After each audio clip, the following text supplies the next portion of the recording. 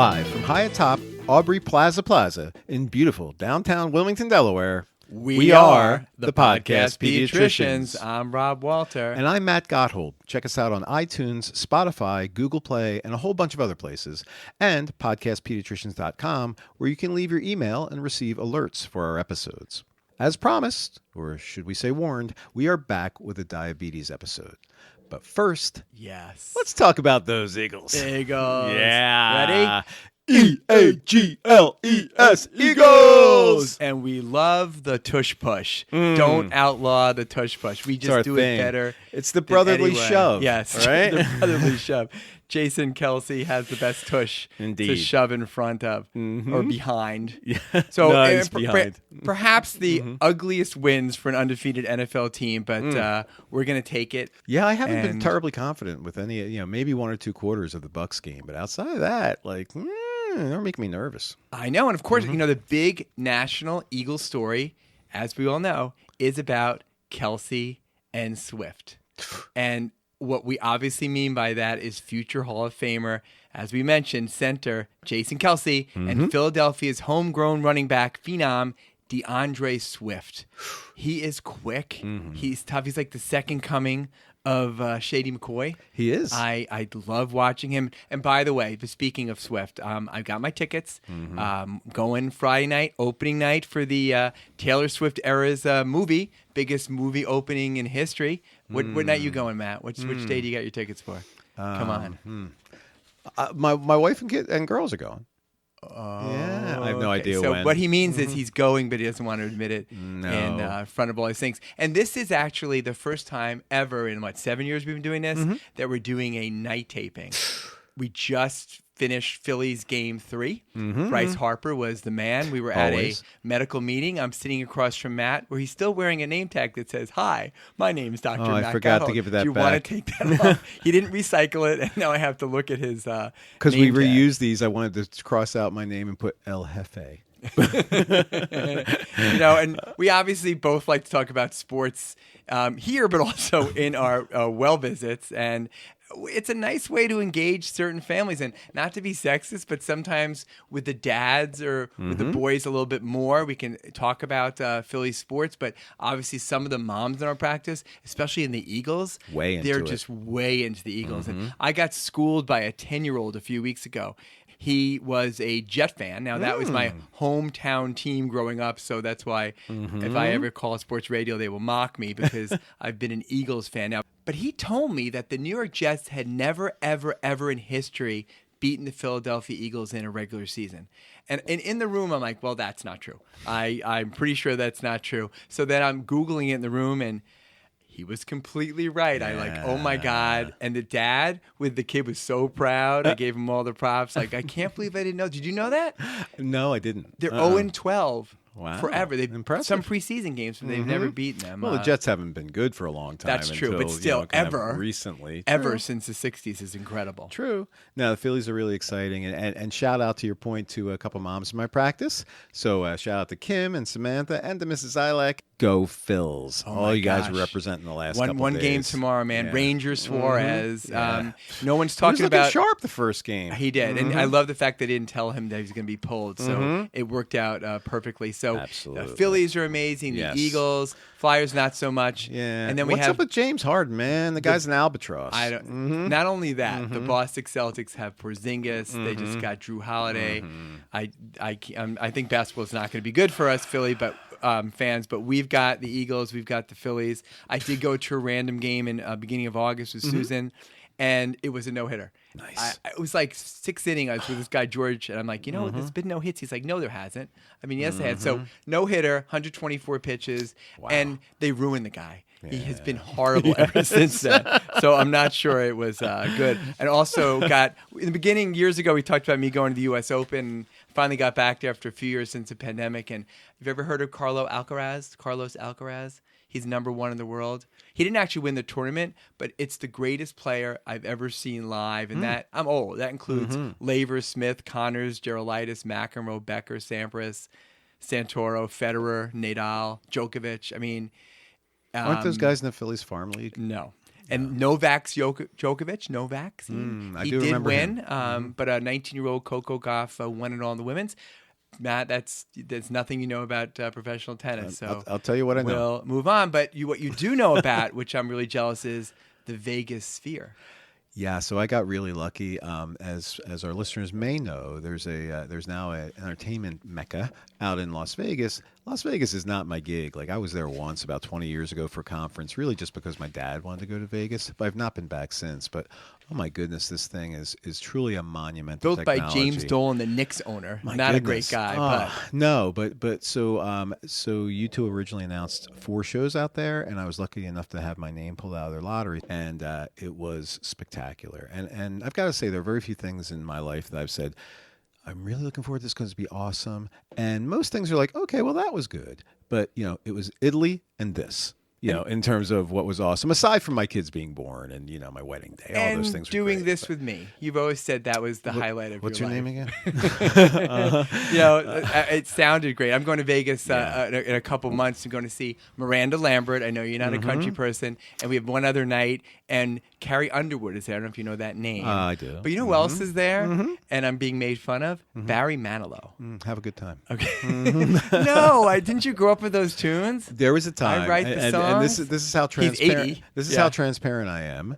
I had a heartfelt discussion with my father once about the fact that I Write the Songs was the greatest song that was ever written in humanity. And my dad, being a really glib guy, was like, no, it wasn't. And that's as far as he wanted to go. Anyway. All right. So let's start with some things in the news. So picked up the Philadelphia Inquirer, which is actually a decent paper, published here in Philadelphia last month. And on the front page was an article reporting that the CEO of the Children's Hospital of Philadelphia, or CHOP, which is a not-for-profit hospital, made $7.7 million in 2021. And this amount happens to be more than what CHOP spent on charity care over the last 3 years combined. So, I guess my idea of not-for-profit is a little bit different from CHOP's. And we checked, Rob checked this, the compensation for the CEOs of our local children's hospital in the Moors and the large local adult hospital in Delaware, Christiana Care. And although those folks do pretty well, their salaries were nothing compared to CHOP's CEO. So CHOP apparently took umbrage to this publication, and they did a little pushback. And their response, a few days after the article was published, stated that their CEO is actually leading 2 hospitals.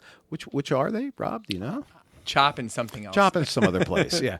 And that some of her compensation was for the past 3 years, and that CHOP spent over $470 million. And this apparently refers to community benefits for last year, which included losses on Medicaid and on research expenses. They stated that her reimbursement was, quote, reasonable, appropriate, and competitive.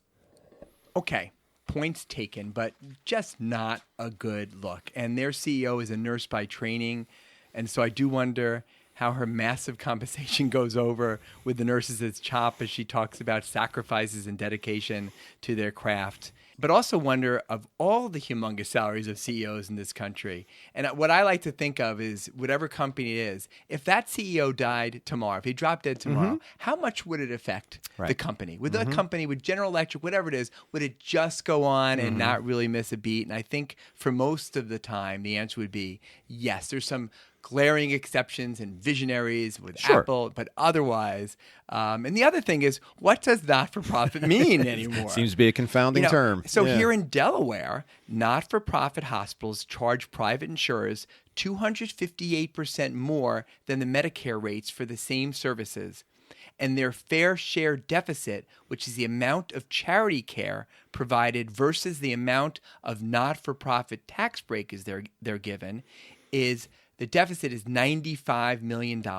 And Delaware's largest hospital, that Christiana Care, is in the top 25 hospitals in the nation for having a high fair share deficit. Not good. And while we're talking about the business of medicine, I want to also say my almost 91-year-old mom, Lila Rose, who you met at the wedding. She kissed me on the you. cheek twice. She liked you. She saw her primary care doctor this summer for her annual visit, and they didn't do any physical exam at all. And my sister in the room said, well, why aren't you doing a physical exam? And she was told that Medicare does not require any physical exam for a well visit. And so I kind of looked into that, and that's true. And that's kind of crazy to me. And if you combine the no actual physical exam and well visits and the fact that most adult-oriented practices really don't do any same-day sick visits anymore, sometimes not even same-week ones. So if someone calls in is sick, they're just called to go to urgent care for all acute illnesses. I mean, no physical exams and well visits, and no physical exams because not doing any acute sick visits, especially for geriatric patients. I mean, maybe that's why everyone's pushing for telemedicine, because they feel that there's no need to do a physical exam anymore. Yeah, and that's not a unique story. I mean, I have friends who see physicians who are really considered quite highly in terms of their skill sets who said, and last time I was there, he never touched me. Yeah, Right? and maybe we're out of step. Maybe some of the things we do, like if you looked at it hard from what's the benefit ratio and stuff like that. But I don't feel like it's a visit if I put my hands on and listened to the lungs and looked in the throat and really kind of done a appropriate physical exam. It's just Yeah, well, you and I crazy. wrote an editorial years ago, kind of deriding telemedicine before COVID, which I think both of us now will admit has a place in medicine, particularly with, some of the follow-ups for mental health or ADHD, et cetera. But nonetheless, such a imperative aspect of at least I feel I do is human touch, is getting a vibe for the room, is really the social interaction that encourages the relationship aspect of what really propagates good care. And we know both of us know sometimes you do a physical exam and you find something that you're surprised Heck yeah. by, right? So I especially Yeah. people giving antibiotics without a physical exam is just mind blowing. But Ave Maria. hit us with a disclaimer, Maddie. We're sharing our own personal opinions on pediatric care. Always talk to your own pediatric caregiver about your child. Pediatric caregivers should always consult expert guidelines and consider their own community standards of care. Okay, since we're on a roll on not so positive medical news, we must mention a podcast called The Retrievals, which details the experience of a large group of women at Yale who were undergoing infertility treatments who ended up having their egg retrievals done without any anesthesia. So this occurred because one of the nurses at the facility was swiping the fentanyl that was supposed to be used for anesthesia for the procedure and replacing it with saline in order to feed her own drug habit. Wow. This is disturbing on so many levels, including the unnecessary pain that the women, many of whom were Yale employees, had to suffer through this, and the fact that someone who was an addict was being trusted with being involved with medical procedures. At least two of the patients, one an addiction specialist and the other a pain management physician, immediately voiced concerns about the lack of effect of the anesthesia, but their remarks were ignored, and Yale did not handle this well at all. One of the women right away said someone diverted the medicine, specifically said someone replaced the medicine with saline, which is exactly what happened, Oh my God. but was just kind of ignored. And, and while we understand that addiction is a disease, but this nurse who perpetrated this multiple times over years, who was literally holding patients' hands while they screamed in pain during the retrievals, was actually able to get her license back, reportedly claiming that she needed to get back to work to provide for her children because she felt the dad was not a good parent. So, like compared to what? Right. So I'm sorry. Over the years, she was probably picking her children up from school or daycare while she was blacked out on fentanyl and caused excruciating pain to vulnerable women while she watched. This is not a person who should ever be allowed to be in a position of trust to provide care for anyone as a member of any medical team. She did thankfully voluntarily give up her license, but oh my goodness, why did they give it back to her in the first place? Yeah. Yeah. Lastly, did you see that the FDA declared that a common over-the-counter medication called phenylephrine does not work at all for its intended At use, all. which is Right. decongesting? Yeah, it does work for a few things we'll get to in a second. So America's most popular oral decongestant, phenylephrine, was deemed ineffective by an FDA panel in a unanimous vote in September. So this ingredient has been commonly used in medications like Sudafed PE, some of the NyQuil products, and Tylenol Cold and Flu Severe. Americans spend almost $2 billion a year on hundreds of cold and flu products that had phenylephrine in them. We've talked about the fact that we don't recommend cold medications for most children, particularly for those under 6 years old, since there's no proof at all that they're helpful. And we've known that since we trained, right, Rob? Absolutely. Yeah, so 30 plus years, because they can have side effects as well. So not only don't they work, but they can have a side effect or side effects. For older children, the decongestant pseudoephedrine, sold typically as Sudafed, can be helpful, but it's been moved behind the counter because it can be used to make methamphetamine. Now, phenylephrine nasal sprays are still okay to use, although we've always cautioned folks, in addition to the oral phenylephrine not being effective, to add insult to injury, it's still perfectly capable of causing plenty of side effects, Right. including headaches, insomnia, and nervousness. And in high doses, it can cause high blood pressure. So pulling these products made a lot of sense. Useless product and potential side effects is not a good or safe description for a medication. Nope. And this situation actually highlights the fact that although since 1962, the FDA has been given the task of ensuring us that all drugs approved for the use in the United States, whether by prescription or over the counter, are both safe and effective, the FDA really does not have the resources to accomplish this. In fact, it was almost a 2-decade process just to declare that phenylephrine was ineffective, even though this fact was known for a long time. The FDA did remove another decongestant, we remember this, from the shelves about 20 years ago, phenylpropanolamine, when it was shown that... Just when I learned how to pronounce right, it. when it was shown that it increased the risk of strokes in some over-the-counter weight loss drugs. And it seems to be an open secret that many of the ingredients found in things like Robitussin and Mucinex and other cough syrups have never actually been proven to work in real life. And this was all nicely reported by pharma experts Randy Hatton and Leslie Hendelez in the New York Times. And briefly in vaccine news, our offices have started to use the new Prevnar PCV20 vaccine, replacing the PCV15 vaccine. This allows us to provide protection against more strains of pneumococcus, a bacteria that can cause life-threatening cases of meningitis and of pneumonia. How many more strains, Rob? 20, 15, 5. Use your fingers. 5, Use your toes. 5 more strains. I believe the PCV20 can also replace using the 23-valent pneumococcal vaccines, which are sometimes given to children who are high risk. And yes, we do recommend the new COVID vaccines. But you know, it's really hard to find that COVID vaccine in our community. Yeah. Some of them just for kids on state insurance. But we both, I think, have the Beyfortus, the RSV monoclonal. No, I think we're still thinking our way through it. Yeah. Well, you know, our practice gets it, a little earlier. So I gave 2 this morning to 1-month-olds, and RSV's here, and severe. Yes, it is. should prevent 85 to 90% of severe RSV. We talked in the last podcast that there are some others pushing back about the cost-benefit ratio. Right. But I think that the vast majority of pediatricians are going to be starting to use this. I suspect you're right. But as usual, I mean, and you guys know this, pediatricians get holding the bag in terms of having to outlay a lot of funding and then are reimbursed on the other end. Oftentimes, we're not sure what. Right. So, well, talk to me after the podcast because it's going to work. So before we start our diabetes discussion, a quick shameless plug. The 54th annual Hybrid ROI Warren Seminar is being held Wednesday, November 8th, my 26th year running the conference. Our keynote speaker is, Dr. Paul Offit, discussing COVID-19 vaccines. Also, Delaware's own Sandy Hassink, former National AP president, and the author of the newest AP guidelines will be talking. And wait for it later in this podcast, we will touch on the newest obesity medications and their potential role in pediatrics. There'll also be an autism care tips for the office, a talk on practical pediatric pharmacology for anxiety and depression and ADD, presented by our very own Delaware homegrown child psychiatrist, Dr. Markian Pazuniak.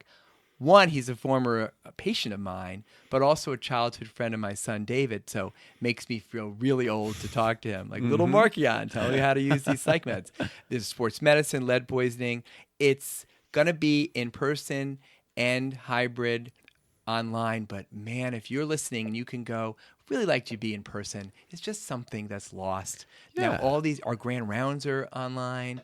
I mean, you don't see each other, talk to each other, so I hope to see many people there. We It's just kind came of from a reunion. meeting with our fellow pediatricians in the Exactly. community, and it was just so nice to see people. We hadn't seen them for quite a long time. So if you're listening to this and you're a pediatric caregiver, please sign up for this meeting. It is a hybrid, so if you must, you can do it virtually, but we really and certainly encourage you to come in person, get a nice lunch, schmooze with some of your fellow pediatric caregivers. Okay, Maddie. Sugar. Diabetes type 1 and 2. So, Maddie, is Sugar your favorite Archie's song ever? It's my only Archie song, Rubino. Are you ready? Oh, I was born ready. Okay. Mm-hmm. Sugar. Oh, honey. You were my candy girl, and you got me wanting you. Now, I just can't believe the loveliness of loving you. I just can't believe it's true. I just can't believe the wonder of this feeling too. I just can't believe it's true. Oh, sugar. And that'll be that. Okay. So that's probably the definition of a one-hit wonder. Then I started looking at other one-hit wonders. Remember 1993's Macarena by Los Del Rio? Mm-hmm. Hey, Macarena. Can you dance to that? Can you? I can dance to anything, right? I can. It's the same dance. Okay. Yeah. And then 1982, Come On, Eileen by Dexy's Midnight Runners. Mm-hmm. Come on, Eileen. Yeah, with the hippie dude Come in the on, front, like Eileen. whipping his Exactly. Okay. But then probably my favorite, because I don't know, it was right when I was finishing college, starting medical school, was 1981's Tainted Love by Soft Cell. Yes. Once I ran to you, now I run from you. You probably remember heard that beat? Yeah, you probably heard a lot of that. Now I run from you. Okay. All right, So, Archies. Okay, we're going to now talk about diabetes, or as my son likes to call it, the beaties. But before we discuss diabetes, let's briefly talk about insulin, the center of our discussion. The hormone insulin is incredibly important. It's the primary way that our body moves glucose, the blood sugar, from our bloodstream into our cells, so it can either be stored or converted into energy we need for a wide variety of things for us to do. A deficiency of insulin means that the cells can't use the glucose as an energy source, and that leads to consequences. And high glucose levels in the bloodstream when you don't have enough insulin creates a condition called hyperglycemia. And if this goes on for an extended period of time, like in poorly controlled diabetes mellitus, it can cause major complications, damage to the nervous system, eyes, and kidneys.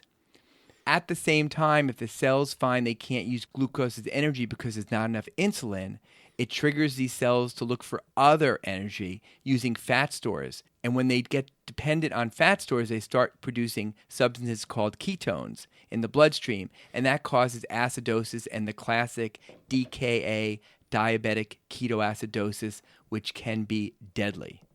The pancreas has two main functions, an exocrine function that helps in digestion, and then an endocrine function that regulates blood sugar with the insulin. The pancreas is in the upper abdomen behind the stomach. It's spongy, between 6 and 10 inches long, shaped like a fish or a flat pear, horizontally across the abdomen. It's bracketed by other organs, the small intestine, the liver, the spleen. Almost all the pancreas has this exocrine tissue that produces enzymes also for digestion. But the rest of it are these endocrine cells called islet cells, islets of Langerhans, little cells that look like grapes and produce the all-important insulin. It also produces glucagon, a hormone that kind of acts the opposite, actually raises the amount of sugar in your blood. Indeed. So with that background, let's talk about diabetes. In general, there are two types of diabetes, type 1 diabetes mellitus and type 2 diabetes mellitus. Actually, there are two other types of diabetes if we count diabetes insipidus and gestational diabetes mellitus, which is a condition that can occur in pregnant women, but we won't be discussing either one of those today. Type 1 diabetes, or what was previously known as juvenile diabetes, occurs when the pancreas produces little or no insulin. It's an autoimmune disease, so the patient's own body attacks the cells in the pancreas that make insulin, the islet cells, as Rob just mentioned. Type 2 diabetes is a bit different.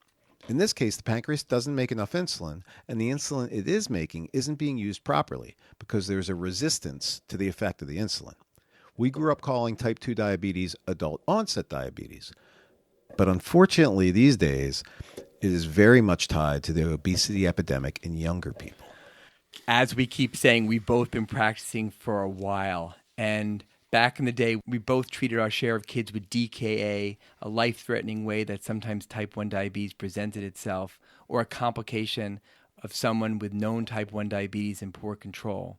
But as you mentioned, the type 2 diabetes, we're both seeing that a lot, and we never saw this insulin resistance before. So it is really scary. Now, the treatment of diabetes has become quite sophisticated with technologies we'll talk about like glucose monitors and insulin pumps. And the parents of our kids with type 1 diabetes know way more about diabetes care these days than we, their pediatricians, do. And so we're really not in the loop as much anymore day to day for diabetes care. And that's how it should be. And that's where the endocrinology teams come in. For most families, the diabetic nurse practitioner and the diabetic nurses are the crucial sources of advice and information for each family day to day. And they're just an amazing, incredible resource for these families. The first talk we'll reference on type 1 diabetes was given by Dr. Larry Fox, the chief of pediatric endocrinology and diabetes at Nemours Children's Hospital in Jacksonville, Florida, who was the star of our goiter episode. The incidence of type 1 diabetes is rising. We know there can be a genetic risk for certain people to develop type 1 diabetes, but since the incidence of the disease is rising, while our genes are not changing, this means that environmental factors must be playing a greater role in this recent rise. But don't discount the genetics.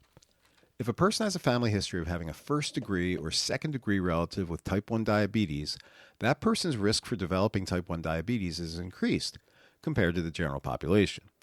If a person inherits a group of genes on chromosome 6, either HLA-DR3-DQ2 and or HLA-DR4-DQ8, their risk for type 1 diabetes is about 5%. Of note, this same group of genes causes a similar risk for other autoimmune diseases like celiac disease. But if a person has a first-degree relative with type 1 diabetes and these genetic markers, the risk for type 1 diabetes goes up to about 20%. However, 90% of children with type 1 diabetes do not have any family history. And Dr. Fox encourages those of us in primary care not to start ordering genetic marker tests willy-nilly on everyone with a family history of type 1 diabetes. But there are some tests in some situations, which we'll talk about, that can be helpful in assessing the risk for type 1 diabetes. So, to review, incidence of type 1 diabetes going up, but the proportion of new onset type 1 diabetes in patients known to have risk factors genetically is not going up. So that infers that environmental factors are becoming a significant source of risk for type 1 diabetes. And how do we measure that? Well, environmental risk factors seem to interact with several diabetes risk genes to trigger antibodies in the body that can be measured.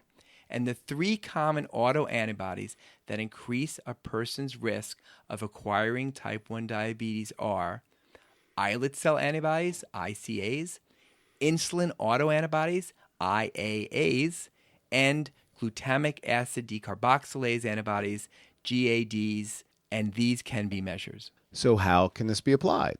There are actually type 1 diabetes stages. Rob and I didn't know anything about these. I never heard of these. Never. And although we are we may be isolated in our ignorance, I suspect that there are some other pediatric providers out there who aren't familiar with these either. The conditions in children with type 1 diabetes has been separated into 3 stages. In stage 1, the patient has normal blood sugars, but if they were tested, they would have 2 or more of the autoantibodies that Rob mentioned. These individuals have a 44% chance of developing type 1 diabetes within the next 5 years. Stage 2 of type 1 diabetes occurs when there is elevated blood sugar on screening, although with the presence of at least 2 of the autoantibodies. These patients would also have abnormal glucose tolerance tests if they were done. These individuals have a 75% chance of developing type 1 diabetes within the next 5 years. And then there's stage 3. That's what we know is type 1 diabetes, right? Exactly. This is full-blown type 1 insulin-dependent diabetes.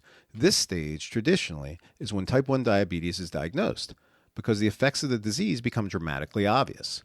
Children present with the physiologic effects of hyperglycemia or excessively high levels of glucose in their bloodstreams. The classic symptoms are the polys: polydipsia, meaning extreme thirst, and polyuria, meaning excessive urination.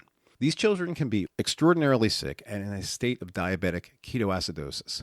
I think we've both had kids present to our offices this way, and it's scary. When our phone triage nurses hear key phrases like urinating a lot, and very thirsty, and losing weight, and very tired, they know to bring these kids into our offices as soon as they can. We do not necessarily need a blood sugar level to make a tentative diagnosis.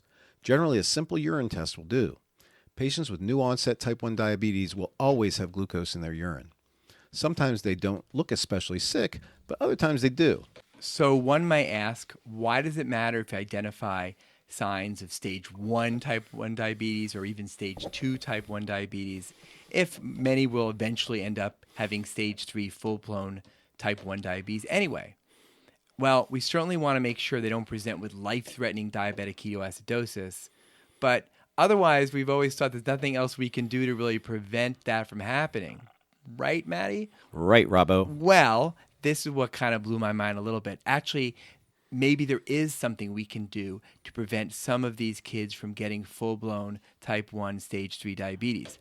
There's a new medication called teplizumab, a.k.a. Tzield, that has been approved for children 8 years and up. It can be used during stage 2 of type 1 diabetes when the glucose levels are a little bit high and there are autoantibodies, but when there's no obvious symptoms. It's a monoclonal antibody that binds to T cells, and by doing this, it decreases the autoimmune attack on those pancreatic islet cells, the cells that make the insulin. So this serves to block the body from attacking its own pancreas, and therefore can prevent the child from getting full-blown, lifelong type 1 diabetes.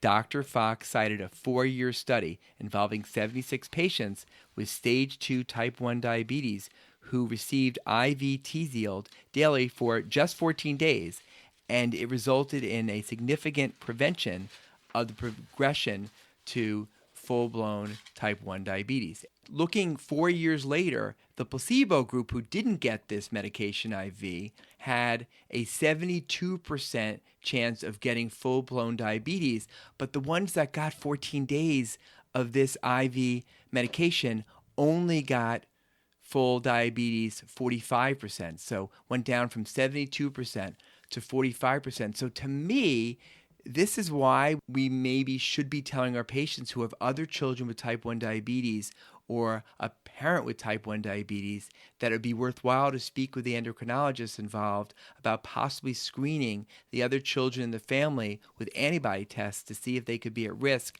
and perhaps even getting started on this kind of treatment if they have the antibodies, with maybe a good chance to prevent or severely delay lifelong insulin dependence. Dr. Fox also made an additional important point. If a patient doesn't have these autoantibodies at all, then they likely will never get type 1 diabetes. That's pretty cool. This makes us think that as we keep looking for better monoclonal antibodies, like those we have for RSV, that maybe the success rate for preventing type 1 diabetes will be even higher, and that maybe someday we will routinely check for autoantibodies in children at a certain age and be able to prevent type 1 diabetes. It's all very fascinating. There also needs to be more work done toward determining the environmental triggers for type 1 diabetes. I know during the COVID-19 pandemic, both of us had an increase in the number of children in our practices who were newly diagnosed with type 1 diabetes. And there was a lot of chatter then about could COVID-19 be a trigger for type 1 diabetes. We talked about that on the podcast. We sure did. We kept seeing a lot more diabetes. It was kind of an interesting phenomenon. We do know that viruses can affect the immune system and that type 1 diabetes often comes in clusters. This makes us think that maybe 10 or 20 years from now, medicine will be much better at predicting and maybe even preventing this lifelong chronic disease. So what about our current technology for diabetes, like the continuous glucose monitors and the insulin pumps? And what about that type 2 diabetes we're seeing much, much more in teenagers? Well, we'll get to that after the break.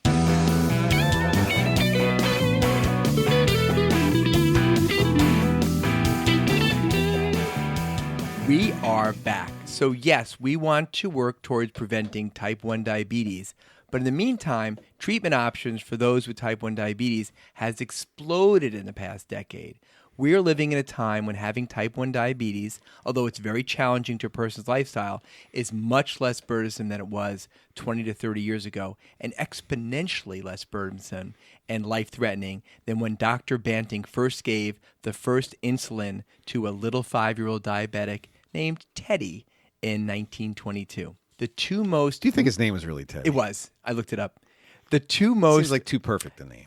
It was. Little Teddy. I know. The two most meaningful advances in diabetes management have been in the realm of technology, not in the types of insulin available.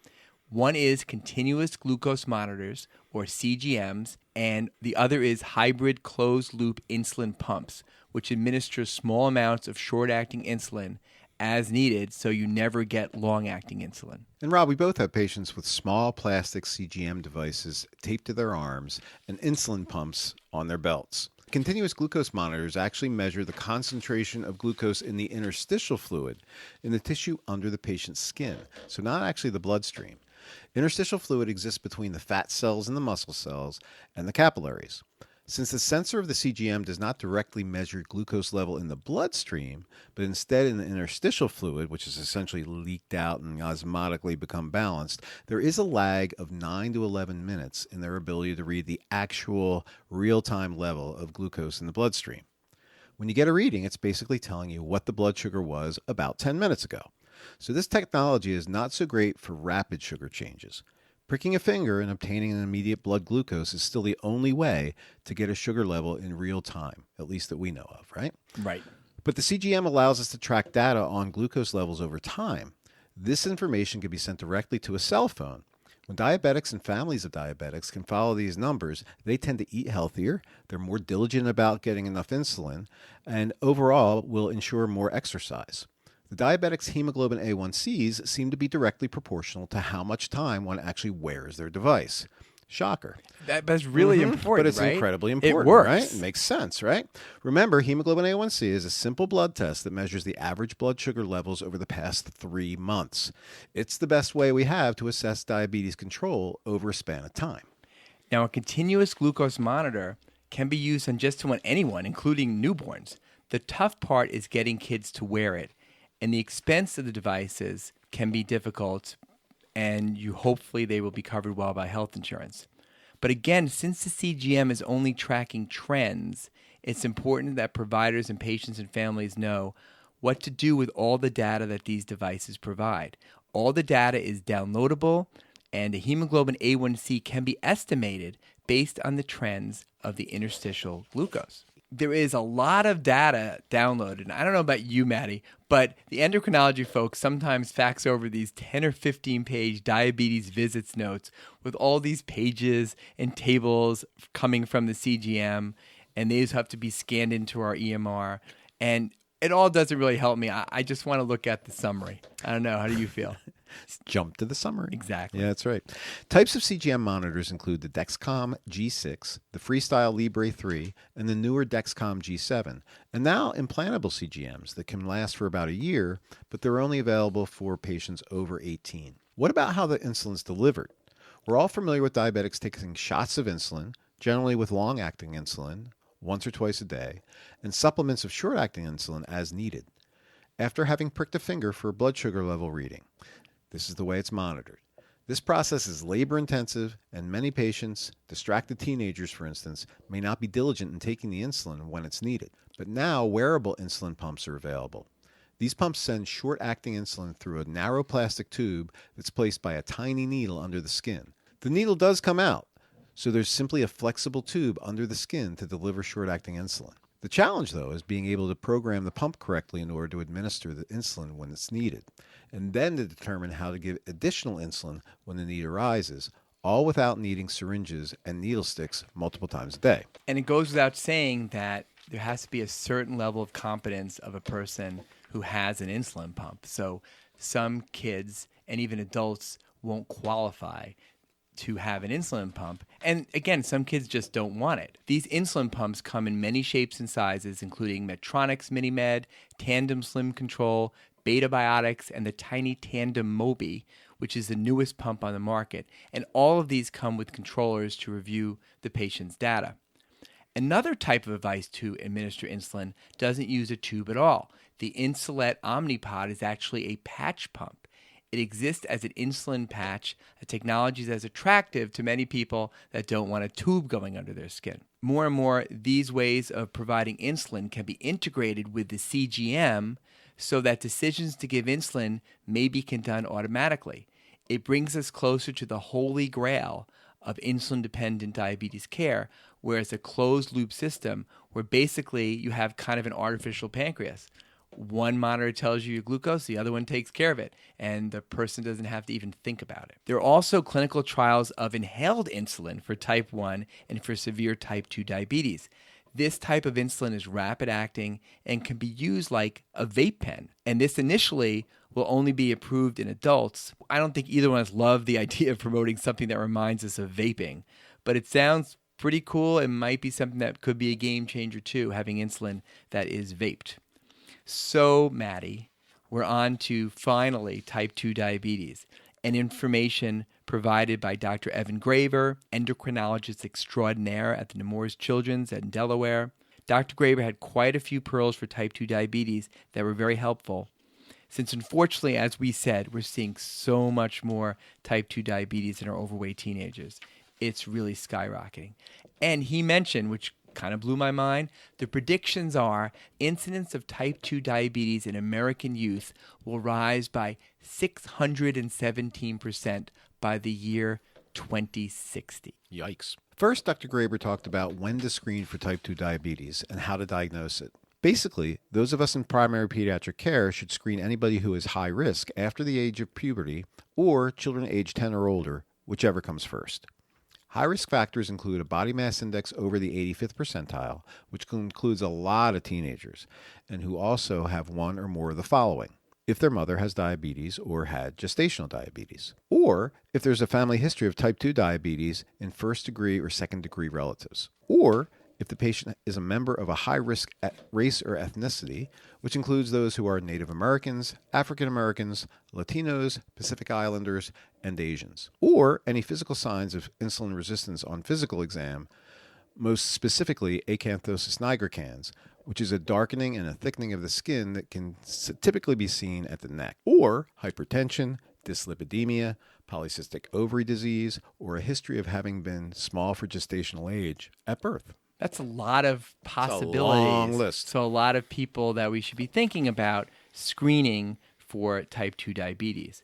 So basically, if you have an overweight child who's under age 10 and hasn't started puberty yet, and you're using guidelines to maybe check their lipid levels, you don't need to add a screen for type 2 diabetes. You don't need to do a fasting glucose and an A1C, which was kind of news to me. I always threw that in, but he says that under 10, you don't need to throw that in.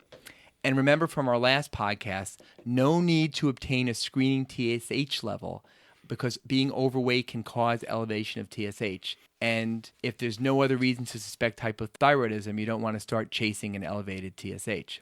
Dr. Graber also made an excellent point that ordering random insulin tests are generally worthless. So, how does one diagnose type 2 diabetes?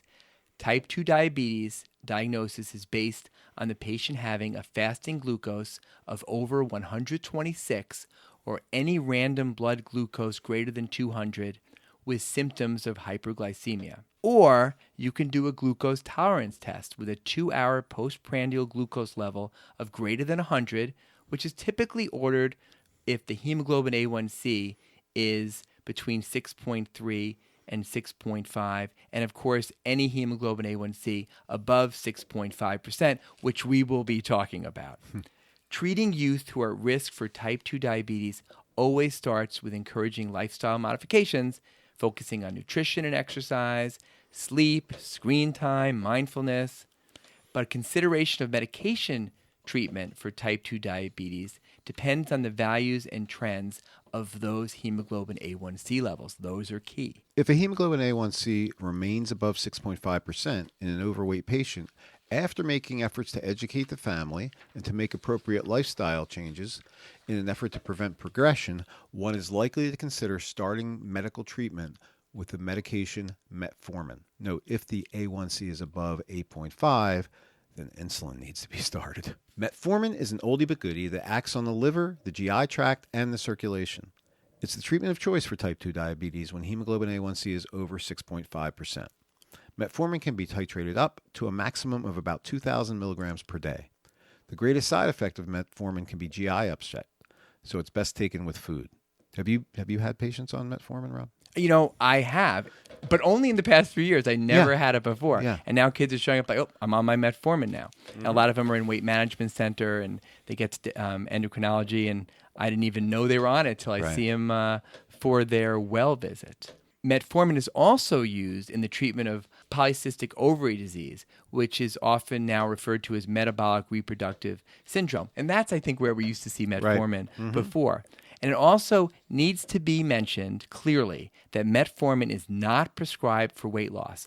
Metformin is not a weight loss medication. As we've all heard everywhere seemingly about the use of glucagon-like peptide-1 agonists or GLP-1 agonists being used to treat type 2 diabetes, let's talk about that because it's exploded. And every advertisement on TV. These drugs started to be used about a decade ago with daily injections of low doses for type 2 diabetes.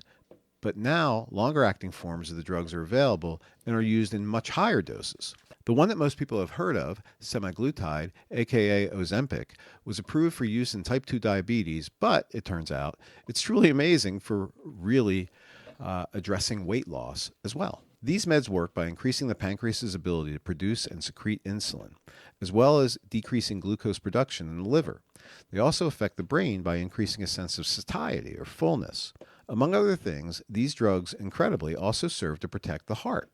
But Ozempic is becoming increasingly hard to find for use for type 2 diabetics because it's being used off-label for obesity. Doctors are diagnosing many obese patients as being pre-diabetic in order to have their condition qualify for the use of the drug, even if they really do not have prediabetes, and this is a big problem. There's a newer weekly semaglutide medication that's similar to Ozempic called Wegovy. This med is indicated specifically for weight management. It's shown great promise in children and adolescents, as demonstrated recently in an article published in the New England Journal of Medicine. The study showed amazing decreases in hemoglobin A1C and in BMI values in the patients in the study. 37% of teens treated lost over 20% of their body weight, which was an average of 33 pounds. This result is much more dramatic than the results of other obesity medications and with fewer side effects. Since this study, Wegovy has been FDA approved for the treatment of obese adolescents for weight loss. And guess what, Matt? Now there's a huge shortage of Wegovy also. So it continues. It does. It's really frustrating. Another similar drug, tirzepatide, also known as Mounjaro, is a GLP-1 agonist that connects to a gut hormone called the gastric inhibitory peptide, GIP, and that's available for treatment of type 2 diabetes in adults. And that should be approved soon for obesity also.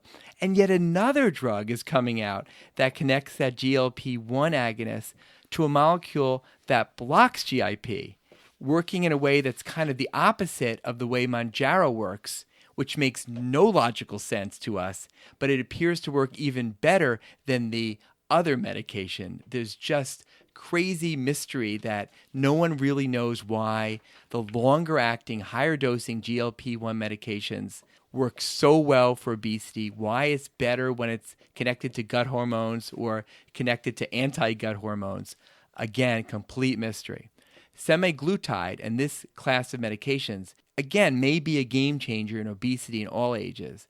More and more studies are being published reporting that these medications unbelievably reduce cardiovascular risk and obviously diabetes risk, what they were originally created to do. They eventually will be available likely in pill form too, which will be, again, another type of game changer. So clinicians now have a number of tools to treat extreme obesity in human beings.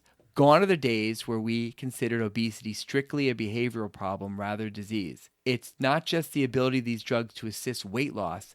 Teens and adults taking these medications just say they feel happier and lighter because they're not always feeling hungry. It seems to stop what they call the food chatter in their brain that many overweight people say goes on and on and on and on all the time, making them more likely to eat and eat and eat. These meds truly seem to help protect them against these cardiac complications, again, heart attacks and strokes.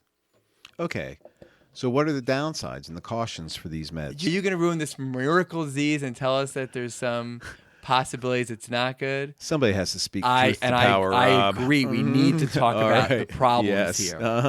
Anecdotally, there are some people who have significant stomach upset on these medications, experiencing nausea and gastroparesis. Gastroparesis, by the way, is a slowing of the action of the muscles of the stomach. There are also reports of pancreatitis and bowel obstruction while taking these meds, so it's not like there's not a possibility of some side effects. A very important aspect of these medications is that it appears that if the weekly injections of the medication are stopped, the weight lost will return. So, right now, a patient is apparently committing to a lifelong treatment when we do not know the possible long-term side effects of many years of treatment. So, for instance, if a 20-year-old is receiving this and takes it for life, that could be 70 years or so of treatment. With no known long-term studies. We don't know, right? And many patients do hit a plateau in weight loss where they stop losing weight. So the medication does not always work the way that it's hoped to. Some observers worry that after years and years of promoting body positivity for people who are large, there will be a feeling by some that overweight people could do something about it if they just took this magic medication, despite the fact that it does not always work as well as expected and that there can be side effects. Also, we need to remember that not everybody who's overweight is, by definition, unhealthy. I do wonder if teens with obesity that are high risk down the line, the next few years, will be much more likely to try these medications first before considering bariatric surgery, which has risen. We've talked about that in the past and can have great results also. All right, back to finishing up our type 2 diabetes discussion. Type 2 diabetes in adolescents not only is exploding, it's much more aggressive than type 2 diabetes in adults. Even with lifestyle changes and metformin, 50% of adolescents who suffer from type 2 diabetes will eventually end up requiring insulin. And don't forget, it's predicted that there will be that 617% increase in incidence of type 2 diabetes. Again, it's all frightening. But even more frightening is the fact that the incidence of the complications of diabetes is directly related to how long a person has type 2 diabetes. So if somebody starts with type 2 diabetes as a 13-year-old or a 14-year-old, then by the time they're 28 and 30, they already have significant chance of having diabetic kidney disease, hypertension, hyperlipidemia, and nerve damage. So that's very different if someone who's an adult is diagnosed at 65. Well, that won't start till they're well in their 80s, and they won't have so many decades of having some end-stage organ disease. It's just very scary for these young kids. There's some good news on the horizon in terms of medication for some of the complications of diabetes. There are new SGLT2 inhibitors, which serve to block glucose reabsorption in the kidney, which are now approved for use in children. Previously, only adults were eligible for this treatment. The medication is oral and allows the patient to essentially urinate out excess sugar that's processed through the kidney. There are also glucose-dependent insulinotropic peptide agonists like tirzepatide being used in adults, which have shown incredible results for weight loss and for reversing prediabetes, with even better results than semaglutide. When these types of treatments are available for pediatric age ranges, they will potentially change the course of many lives. Many endocrinologists feel that these new types of medications will eventually dethrone metformin as the first line for type 2 diabetes. We all agree that the key to combating the alarming increase in type 2 diabetes will not be medications. We also need to identify and address the root causes of these problems. These include poor nutrition, aggressive marketing of bad food, artificial sweeteners, and processed foods. Sadly, more and more of our children are sedentary and are not spending time outside, they're overusing screens, and they're sleeping poorly. These are much bigger problems that we need to find ways to attack. They're sleeping with their phones. So amen to that, Maddie. Okay, Maddie, our nighttime taping is over. Say goodnight, Maddie. Good night, Moon. Go Phillies and Eagles. Screw it, dude. Let's get... Editor note. 4 days after recording this podcast, the New York Football Jets beat the undefeated Philadelphia Eagles for the first time in human history. Matt blames Rob for the jinx. Rob is very sorry, but somewhere in heaven, Marvin Walter is laughing. Jets, Jets.